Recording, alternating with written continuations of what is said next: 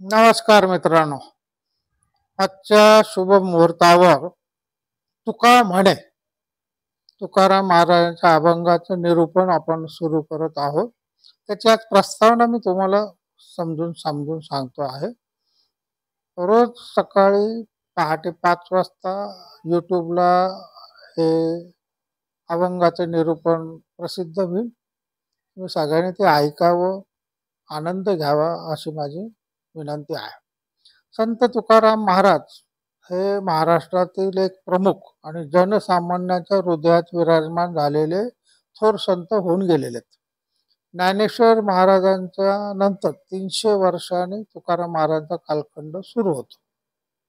संत ज्ञानेश्वर महाराजांची विठ्ठल भक्ती वारकरी संप्रदायाची सुरुवात ज्ञानेश्वर माऊलींनी केली आणि संत तुकाराम महाराजांनी त्याची कीर्ती गगनाला नेऊन ठेवली. म्हणून एक पद आहे की ज्ञानदेव रचिला पाया तुका झालास कळस. ज्ञानेश्वर माऊलींनी वारी सुरू केली, ज्ञानेश्वर महाराजांनी विठ्ठल भक्ती सुरुवात झाली आणि तुकाराम महाराजांनी त्याचा कळस केला. आता संत तुकाराम महाराज हे आपल्या महाराष्ट्रातल्या देहू गावचे, पुण्याच्या जवळ जे देहू गाव आहे तिथले मूळचे आहे. त्यांचे संपूर्ण नाव तुकाराम बोल्लोबा मोरे, मोरे घराण्यातले ते आहेत. आईचे नाव कणकाई. बोल्लोबा आणि कणकाई यांचे तुकाराम महाराज हे द्वितीय पुत्र. पहिली पत्नी तुकाराम महाराजांची पहिली पत्नी रखमाई ही वारल्यानंतर जिजाबाई ही द्वितीय पत्नीची लग्न त्यांचं झालं. व्यापार होता, व्यापारामध्ये खोट आली, त्याच्या परिस्थिती अत्यंत नाजूक, परंतु पांडुरंगाच्या ठिकाणी अत्यंत भक्ती, संसारातले सर्व सुख दुःख सहन करून सुद्धा त्यांनी विठ्ठलाची भक्ती कधीही सोडली नाही. तर हे त्यांचं वैशिष्ट्य म्हणजे वाखाणण्याजोगं आहे. आता त्याच्यामुळे काय झालं की आपल्या सर्वसामान्यांचं प्रतिनिधित्व ते करतात. गरीब परिस्थिती, संसारामध्ये त्रागा, बायकोचा कडक स्वभाव, पण त्यांनी त्याच्यामध्ये जे अभंग लिहिलेले आहेत ते आपल्यासारख्या सामान्य माणसाचं प्रतिनिधित्व करतात. घर संसार सांभाळून परमेश्वराला भजलं तर परमेश्वर प्रसन्न होतो ही त्यांनी दाखवून दिलेलं आहे. त्यांच्या अभंगात हृदयातला ओलावा आहे, प्रत्येक शब्दामध्ये ओतप्रत भक्ती आहे. शेकडो वर्ष झाली तरी आजही घरोघरी तुकाराम महाराजांचे अभंग म्हटले जातात. संत तुकाराम महाराज सरळ साधी संसारी व्यक्ती असल्याने त्यांचे अभंगही साधे स्पष्ट असे आहेत.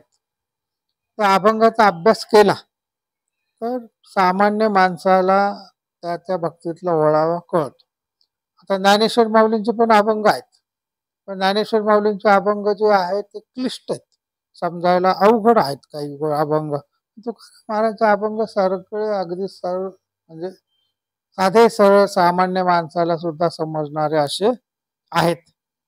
भक्ती रस प्रेम निखळ पांडुरंग भक्ती, अत्यंत सोपी भाषा, रोजच्या जीवनातली उदाहरणं, आणि त्याच्यामुळं त्याचा जर भावार्थ आपल्याला समजला तर आपल्या हृदयामध्ये सुद्धा भक्ती फुलल्याशिवाय राहणार नाही आणि आपल्या वागण्यामध्ये बदल घडतो. अभंग ऐकलं काय होतं, ही साथीसारखा रोग आहे. आता सकाळी सकाळी तुम्ही उठल्यावर जर सुंदर ते ध्यान उभे विटे वरे असं म्हटलं तर थोड्या वेळाने तुमच्या घरातले लोक सुद्धा तेच गाणं गुणगुणतात. लक्षात घ्या, तुम्ही सकाळीच उठल्यानंतर जर एखादा तमाशातलं गाणं म्हणायला आहे तर लोक तेच म्हणतात. त्याच्यामुळे सकाळी उठल्या उठल्या अभंग ऐकावा असं आपल्याकडं परंपरा आहे. त्याच्यासाठी तुकाराम महाराजांचे अभंग आणि त्याचं निरूपण सकाळी पहाटे 5ला रोज प्रसारित होईल. सकाळी उठल्याबरोबर ते ऐकावं, नाही मिळालं दुपारी संध्याकाळी ऐकावं, इतरांना पाठवावं, मुलांना मुद्दाम ऐकवा, कारण हे त्याच्यातून मुलं तयार होतात, भक्ती त्यांच्या मनामध्ये निर्माण होते, त्यांच्या मनातल्या शंका निर्माण नाहीशा होतात. म्हणून आपल्याला संत तुकाराम महाराजांच्या जीवनामध्ये जी जी संकट आली, आपल्या सामान्य माणसासारखे ते जगलेत, तरीही सुद्धा त्यांनी जी भक्ती केली, ते जे अभंग लिहिले ते परिस्थितीला धरून आहेत.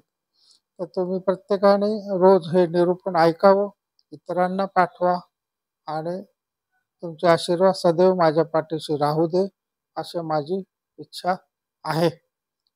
रामकृष्ण हरी.